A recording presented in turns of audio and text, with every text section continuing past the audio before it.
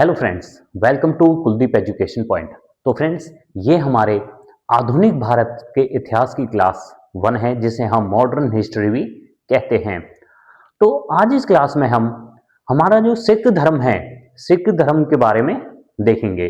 तो सिख धर्म की जो स्थापना हुई थी वो गुरु नानक जी के द्वारा की गई थी और गुरु नानक जी ही सिख धर्म के प्रथम गुरु थे। सिख धर्म में जो टोटल गुरु थे वो थे 10 गुरु। तो आइए हम अपने सिख धर्म के जो पहले गुरु हैं गुरु नानक जी, उनके बारे में पढ़ते हैं। गुरु नानक जी, जिनका जन्म 1469 ईस्वी में हुआ था और उनकी मृत्यु 1538 ईस्वी में हुई थी।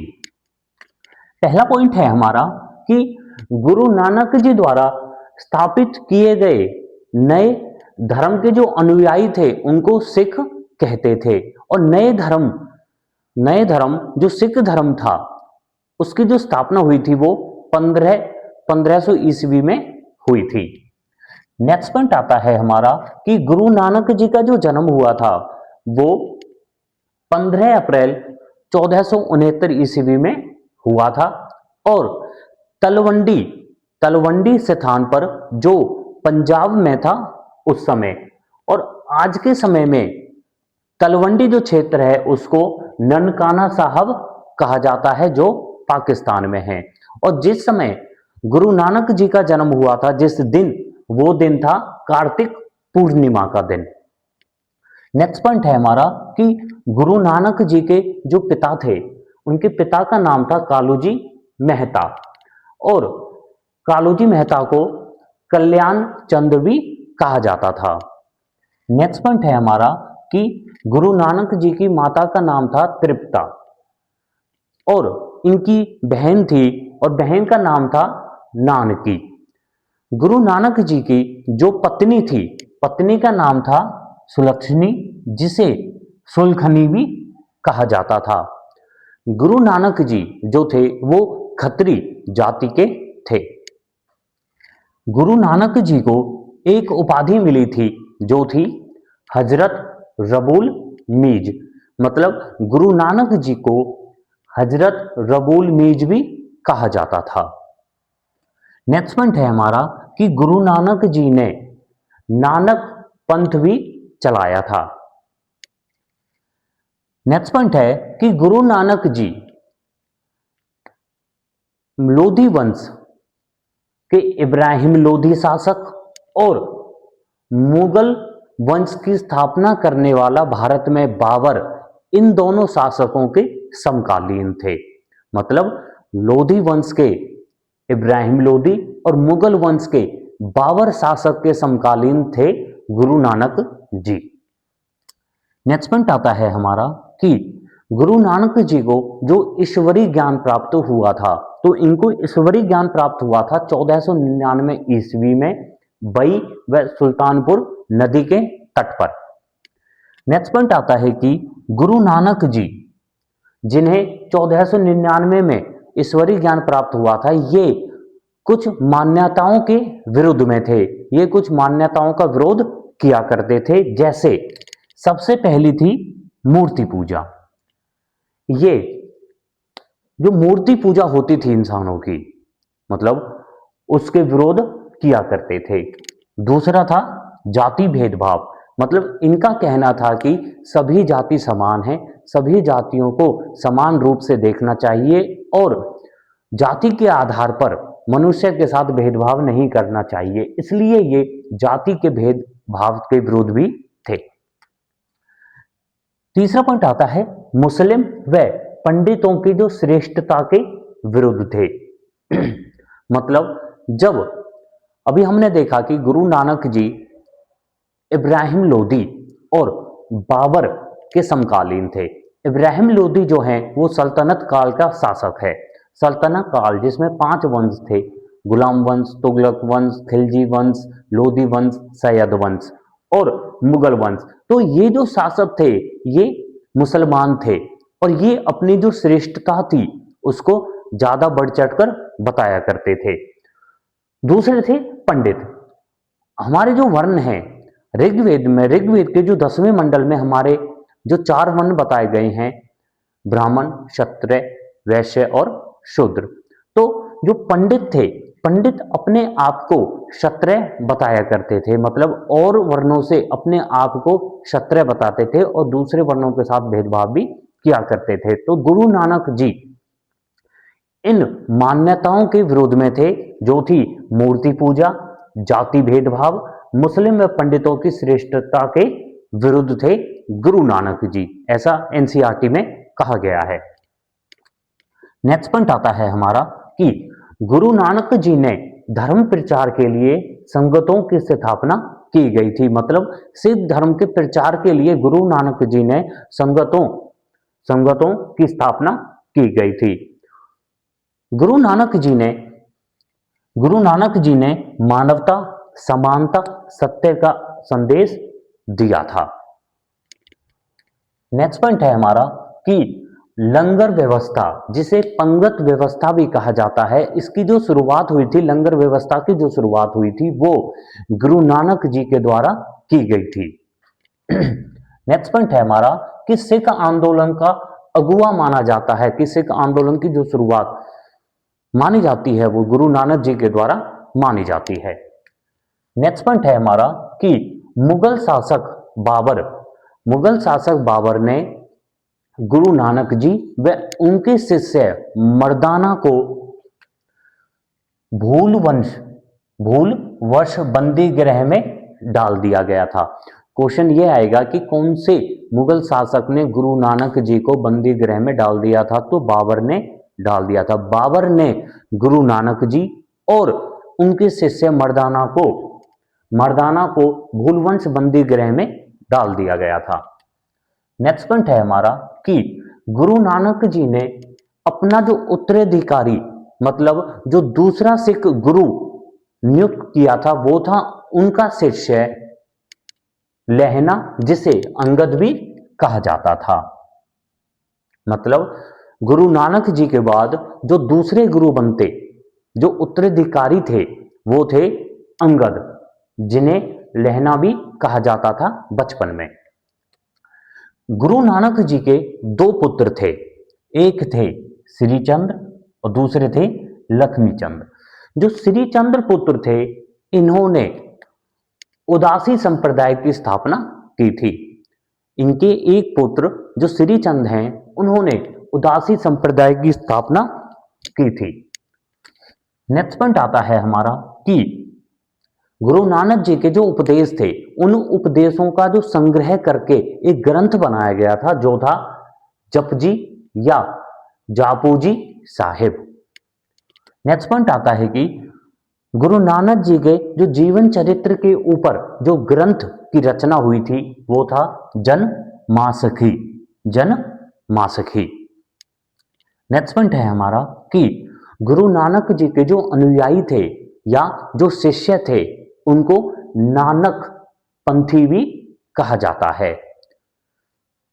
नेक्स्ट पॉइंट है हमारा कि गुरु नानक जी के जो गुरु थे वो कुतुबुद्दीन थे। गुरु नानक जी के 2 शिष्य बताए जाते हैं। पहला जो शिष्य था, मतलब जो प्रथम शिष्य तो था, प्रथम शिष्य ये था और दूसरा शिष्य था मर्दाना।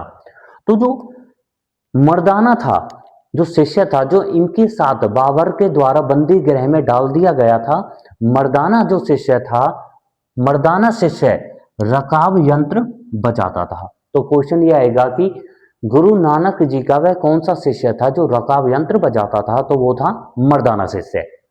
जो इनके प्रथम शिष्य था वो था अंगद, जिसके बचपन का नाम था लहना, जिसे गुरु नानक जी ने अपना दूसरा सिख गुरु बनाया था। नेक्स्ट पॉइंट आता है कि गुरु नानक जी ने एक उपदेश दिया था, जो था कि कर्म करो, नाम जपो और वंड छपो। मतलब क्वेश्चन ये पूछा जाएगा कि यह उपदेश किसने दिया था कि कर्म करो, नाम जपो और वंड छपो। तो ये दिया था उपदेश गुरु नानक जी ने। नेक्स्ट पॉइंट आता है कि गुरु नानक जी ने सिख धर्म को बढ़ाने के लिए जो धार्मिक यात्राएं करी थी, वो करी थी भारत में, तिब्बत में, श्रीलंका में और मक्का मदीना में। नेक्स्ट है हमारा कि गुरु नानक जी की जो मृत्यु हुई थी वो 22 सितंबर 1539 को करतारपुर में हुई थी। तो ये था हमारा गुरु नानक जी जो सिख धर्म के पहले गुरु थे, उनकी जानकारी। इसके बाद जो गुरु नानक जी ने जो उत्तराधिकारी बनाया था अंगद, जिसके बचपन का नाम था लहना, जो दूसरे गुरु हुए थे उसके बारे में देखते हैं। दूसरे गुरु आते हैं हमारे गुरु अंगद, जो 1539 से 1552 ईस्वी तक सिख गुरु रहे थे। पहला पॉइंट है हमारा कि गुरु अंगद ने जो कार्य किए थे वो थे कि गुरु नानक जी की जो शिक्षाएं थी, जो उपदेश थे, उन शिक्षा व उपदेशों को आगे बढ़ाया था, वह सिख परंपरा को और भी मजबूत किया था। गुरु अंगद जी का जो जन्म हुआ था, गुरु अंगद जी का जन्म 31 मार्च 1504 में हुआ था मत्तेदी सराय स्थान पर। मत्तेदी सराय जो स्थान है उसका जो आज का आधुनिक नाम है वो है मुक्तसर, और मुक्तसर है पंजाब में।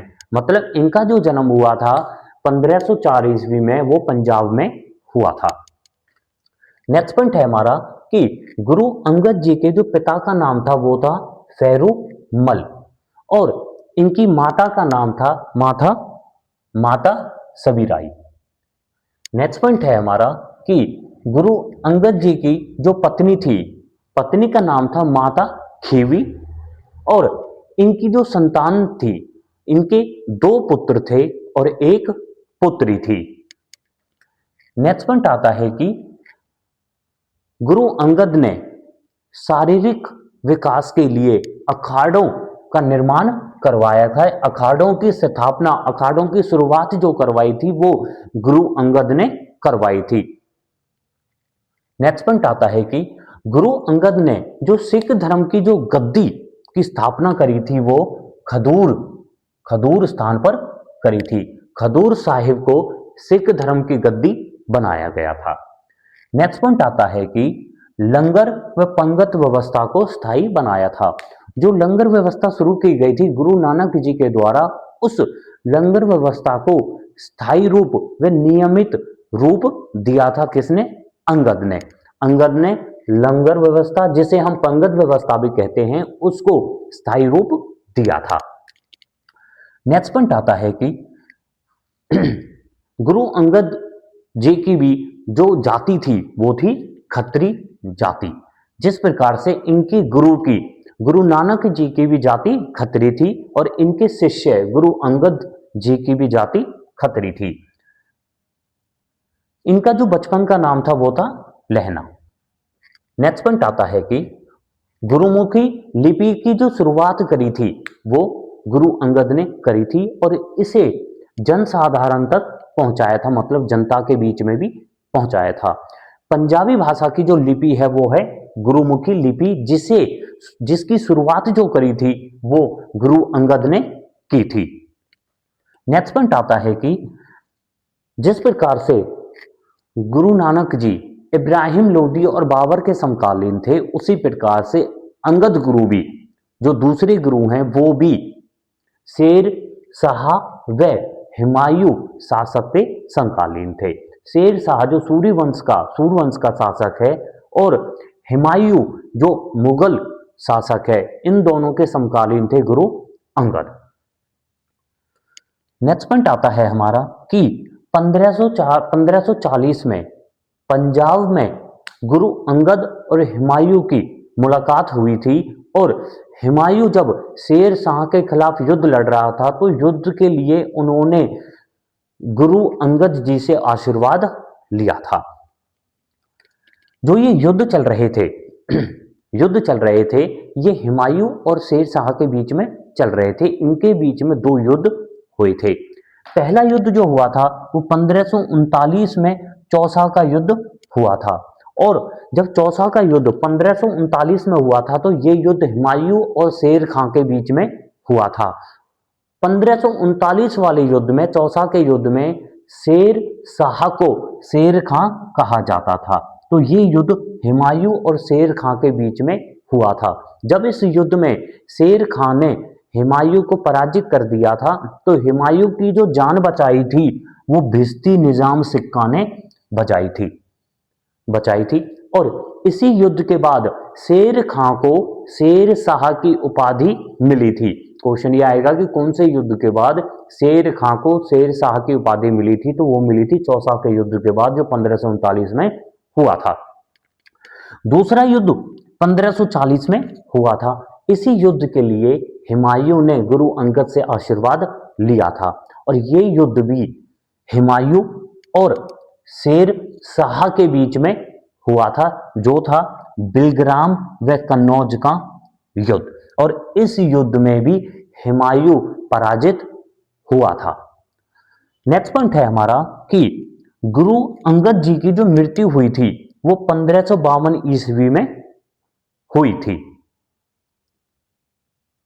तो हमारे तीसरे जो गुरु हैं वो हैं हमारे गुरु अमरदास जी, जो गुरु अंगद के शिष्य थे। गुरु अमरदास जी की जो माता थी, माता का नाम था बखत कौर और इनके पिता का नाम था तेजा जी। गुरु अमरदास जी के समकालीन जो मुगल शासक थे वो थे अकबर, और इनका जो जन्म हुआ था अमरदास जी का वो 5 मई 1479 को हुआ था। नेक्स्ट पॉइंट आता है कि गुरु अमरदास जी ने जो अपनी गद्दी स्थापित करी थी वो करी थी गोविंदवाल स्थान पर। गोविंदवाल स्थान पर इन्होंने अपनी गद्दी स्थापित की थी। नेक्स्ट पॉइंट आता है हमारा कि गुरु अमरदास जी ने अपने उपदेशों का, जो गुरु अमरदास जी के उपदेश थे, उन उपदेशों के प्रचार प्रसार के लिए इन्होंने 22 गद्दियों को स्थापित किया था गोविंदवाल में, और गोविंदवाल में ही इन्होंने 88 सीढ़ियों वाले बावली साहिब का निर्माण भी करवाया था। नेक्स्ट पॉइंट आता है कि अमरदास जी अकबर, मुगल शासक अकबर के समकालीन थे और इनकी पुत्री का नाम था, अमरदास जी की पुत्री बेटी का नाम था बीबी भानु, और बीबी भानु को अकबर ने 500 बीघा जमीन दान में दी थी, या 500 बीघा जमीन बीबी भानु को दी थी। नेक्स्ट पॉइंट आता है हमारा कि गुरु अमरदास जी हिंदुओं के वैष्णव संप्रदाय के अनुयायी थे, मतलब वैष्णव संप्रदाय को मानते थे। नेक्स्ट पॉइंट आता है कि जब अमरदास जी गुरु बने थे तो उनकी आयु थी 73 वर्ष। 73 वर्ष की आयु में ये थर्ड गुरु बने थे। नेक्स्ट पॉइंट आता है कि लंगर व्यवस्था को जनप्रिय बना दिया था। लंगर व्यवस्था की जो शुरुआत करी थी, लंगर व्यवस्था को जो निर्माण किया था वो किया था हमारे प्रथम गुरु, पहले गुरु नानक जी ने। परंतु लंगर व्यवस्था को जो साहित्य मतलब स्थायी बनाया था वो स्थायी बनाया था गुरु अंगद जी ने, और लंगर व्यवस्था को जनप्रिय बना दिया था गुरु अमरदास जी ने।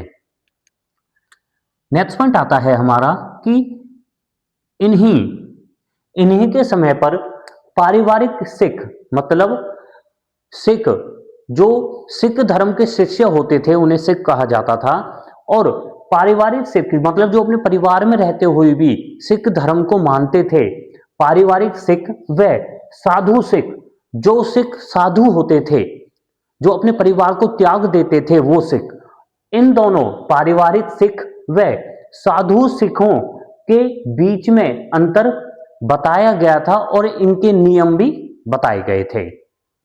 नेक्स्ट पॉइंट आता है कि गुरु अमरदास जी के समय पर ही सती प्रथा व पर्दा प्रथा का विरोध हुआ था और महिलाओं को पुरुष के समान ही समझा गया था।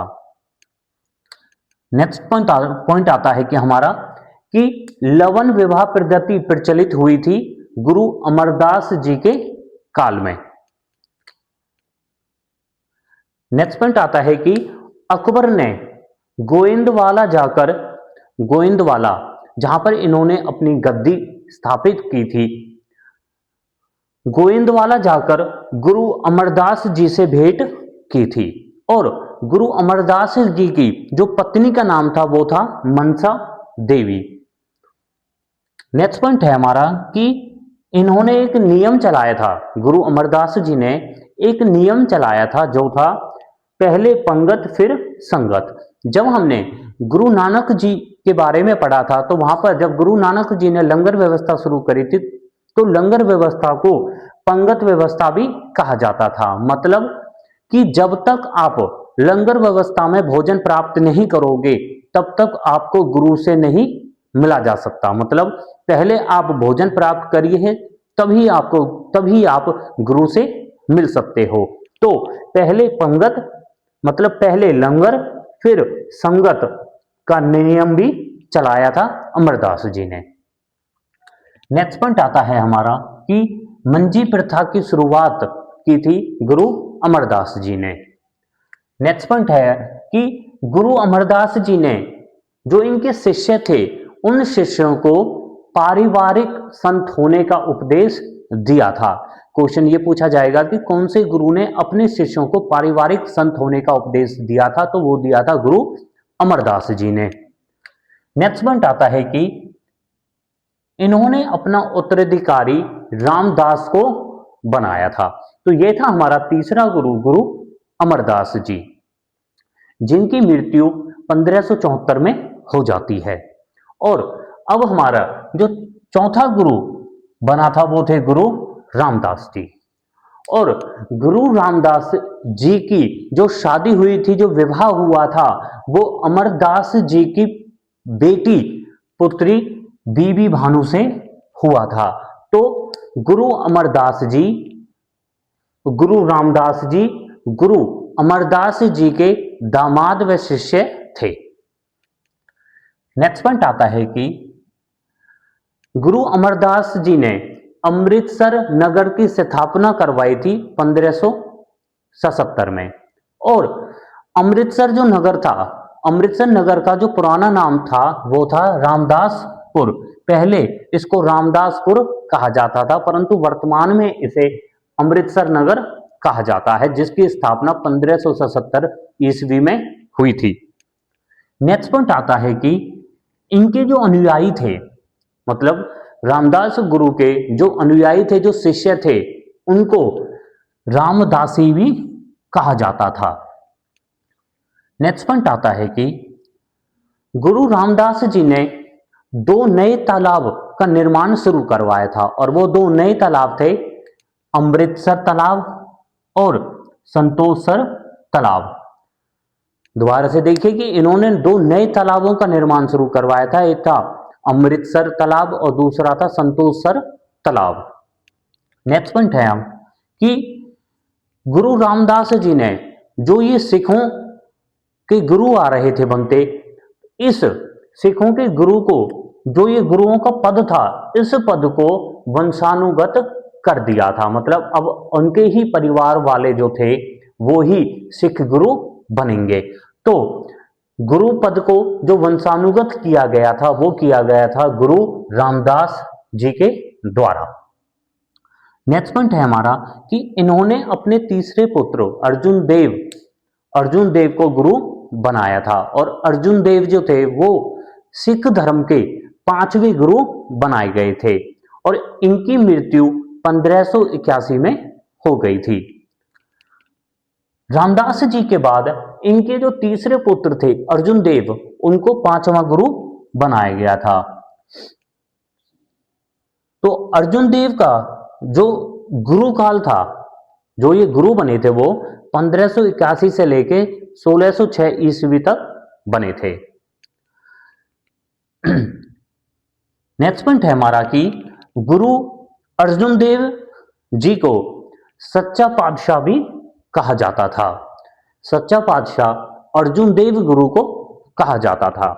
नेक्स्ट पॉइंट है हमारा कि अमृतसर जो 2 तालाबों का निर्माण रामदास जी ने शुरू करवाया था, वो 2 तालाब अर्जुन देव के काल में उनका निर्माण हो गया था और वो 2 तालाब थे अमृतसर तालाब और संतोषसर तालाब की जो खुदाई पूरी हो गई थी या इन तालाबों का जो निर्माण पूरा हो गया था वो अर्जुन देव के शासनकाल में हो गया था। नेक्स्ट पॉइंट आता है हमारा कि अमृतसर तालाब, जो ये अमृतसर तालाब बना है, अमृतसर तालाब के बीचों बीच इसके मध्य में 1589 में हरमिंदर साहिब का निर्माण करवाया गया था और हरमिंदर साहिब को स्वर्ण मंदिर भी कहा जाता है, जिसे हम गोल्डन टेम्पल कहते हैं। तो गोल्डन टेम्पल का जो निर्माण करवाया गया था वो अमृतसर तालाब के बीचों बीच में करवाया गया था 1589 में। और इस हरमिंदर साहिब या स्वर्ण मंदिर या गोल्डन टेम्पल की जो नींव रखी थी वो एक कादिर संत था मियां मीर के द्वारा हरमिंदर साहिब की नींव रखी गई थी।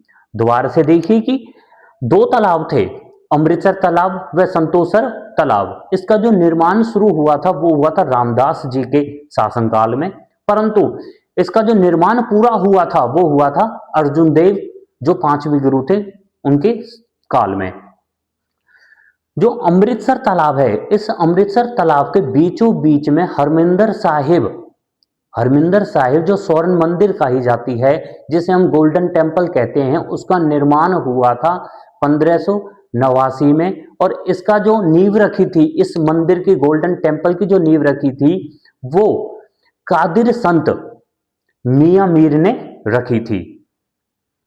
नेक्स्ट पॉइंट आता है हमारा कि अर्जुन देव ने आध्यात्मिक कर लेना शुरू कर दिया था और इस कर को, जो आध्यात्मिक कर था, इसे अनिवार्य कर दिया था। वह अर्जुन देव जी इन्होंने अपने शिष्यों से कहा कि अपनी आय का 1/10 भाग गुरु को अर्पित करें। और जो ये 1/10 भाग जो ये अपने शिष्यों से लेते थे, इस प्रथा को मसंद प्रथा भी कहा जाता था। इस प्रथा को मसंद प्रथा भी कहा जाता था। तो मसंद प्रथा वह होती थी जिसमें गुरु अपने शिष्यों से उनकी आय का 1/10 भाग लेता था। नेक्स्ट पॉइंट आता है हमारा कि अर्जुन देव ने तरन तारण व करतारपुर और व्यासपुर नामक नगर की स्थापना की थी। दोबारा से देखिए कि अर्जुन देव जी ने तरन तारण, करतारपुर व व्यासपुर नामक नगर की स्थापना की थी। नेक्स्ट पॉइंट आता है हमारा कि 1594 ईस्वी में व्यास नदी के तट पर अर्जुन देव जी ने गोविंदपुर नामक शहर की स्थापना की थी। नेक्स्ट पॉइंट आता है हमारा कि 1604 में अर्जुन देव जी ने आदि ग्रंथ की रचना की थी। आदि ग्रंथ जो था वो सिख धर्म का सबसे पवित्र ग्रंथ माना जाता है और इस ग्रंथ में जो सिख धर्म के गुरु थे, उनके जो उपदेश थे, उन उपदेशों को संग्रह करके इकट्ठा करके इसमें इसकी रचना की गई थी। तो जब अर्जुन देव जी ने आदि ग्रंथ की रचना करी थी 1604 में, तो आदि ग्रंथ में 5 गुरुओं के उपदेशों को संग्रहित किया गया था। और वो 5 गुरु जो थे, हमारे पहले गुरु थे गुरु नानक जी, दूसरे थे गुरु अंगद जी, तीसरे थे गुरु अमरदास जी, चौथे थे गुरु रामदास जी और 5वें थे गुरु अर्जुन देव जी। इन 5 गुरुओं के जो उपदेश थे, उन उपदेशों को संग्रहित करके 1604 में आदि ग्रंथ की रचना की थी। नेक्स्ट पॉइंट आता है हमारा कि आदि ग्रंथ में 18 हिंदू भक्तों के उपदेशों को भी संग्रहित किया गया था। मतलब कि इस ग्रंथ में 18 हिंदू जो भगत थे, 18 हिंदू भक्तों के जो उपदेश थे उनको भी संग्रहित किया गया था। और उनमें से जो 18 भगत थे उनमें से कुछ हैं जैसे कबीर, फरीद, नामदेव, रैदास आदि। नेक्स्ट पॉइंट है हमारा कि जहांगीर ने, जो मुगल शासक था जहांगीर, जहांगीर ने गुरु अर्जुन देव पर 2 लाख का जुर्माना लगा दिया था। नेक्स्ट पॉइंट आता है कि अर्जुन देव जी के काल में गुरुओं को देवत्व गुणों से युक्त माना जाने लगा था। नेक्स्ट पॉइंट आता है हमारा कि गुरु अर्जुन देव ने जहांगीर का, जो जहांगीर मुगल शासक थे, जहांगीर के पुत्र खुसरो से तरन तारण स्थान पर मुलाकात की थी और उसे आशीर्वाद दिया था। नेक्स्ट पॉइंट आता है हमारा कि आदि ग्रंथ में सबसे पहले की जो रचनाएं हैं उन रचनाओं में वैष्णव कवि जयदेव की रचनाएं सम्मिलित थी। दोबारा से देखिए कि जो आदि ग्रंथ है जिसकी रचना 1604 में हुई थी, जिसमें सिख धर्म के 5 गुरुओं के जो उपदेश थे उनको संग्रहित किया गया था और साथ साथ जो 18 हिंदू भगत थे उनके उपदेशों को भी इसमें संग्रहित किया गया था। इसके साथ साथ आदि ग्रंथ के जो आरंभिक जो रचनाएं थी, जो सबसे पहले की रचनाएं हैं, उसमें वैष्णव कवि जयदेव की रचनाएं भी सम्मिलित की गई थी। नेक्स्ट पॉइंट आता है हमारा कि आदि ग्रंथ को गुरु ग्रंथ साहब भी कहा जाता है। नेक्स्ट पॉइंट है कि खुसरो के विद्रोह का समर्थन जब जहांगीर का जो पुत्र था खुसरो ने अपने पिता जहांगीर के खिलाफ विद्रोह कर दिया था और खुसरो ने जब अर्जुन देव जी से आशीर्वाद लिया था और अर्जुन देव के साथ ये रहे भी थे, तो जहांगीर ने इसका विरोध करते हुए खुसरो के विद्रोह का समर्थन किया था अर्जुन देव जी ने। और इस समर्थन के विरोध में जहांगीर ने अर्जुन देव जी को 1606 ईस्वी में मृत्यु दंड दिया था। तो फ्रेंड्स, ये थे हमारे सिख धर्म के जो आज हमने 5 गुरु पढ़े हैं। हम अपनी नेक्स्ट वीडियो में जो सिख धर्म के हमारे टोटल 10 गुरु हैं उनको कंप्लीट करेंगे।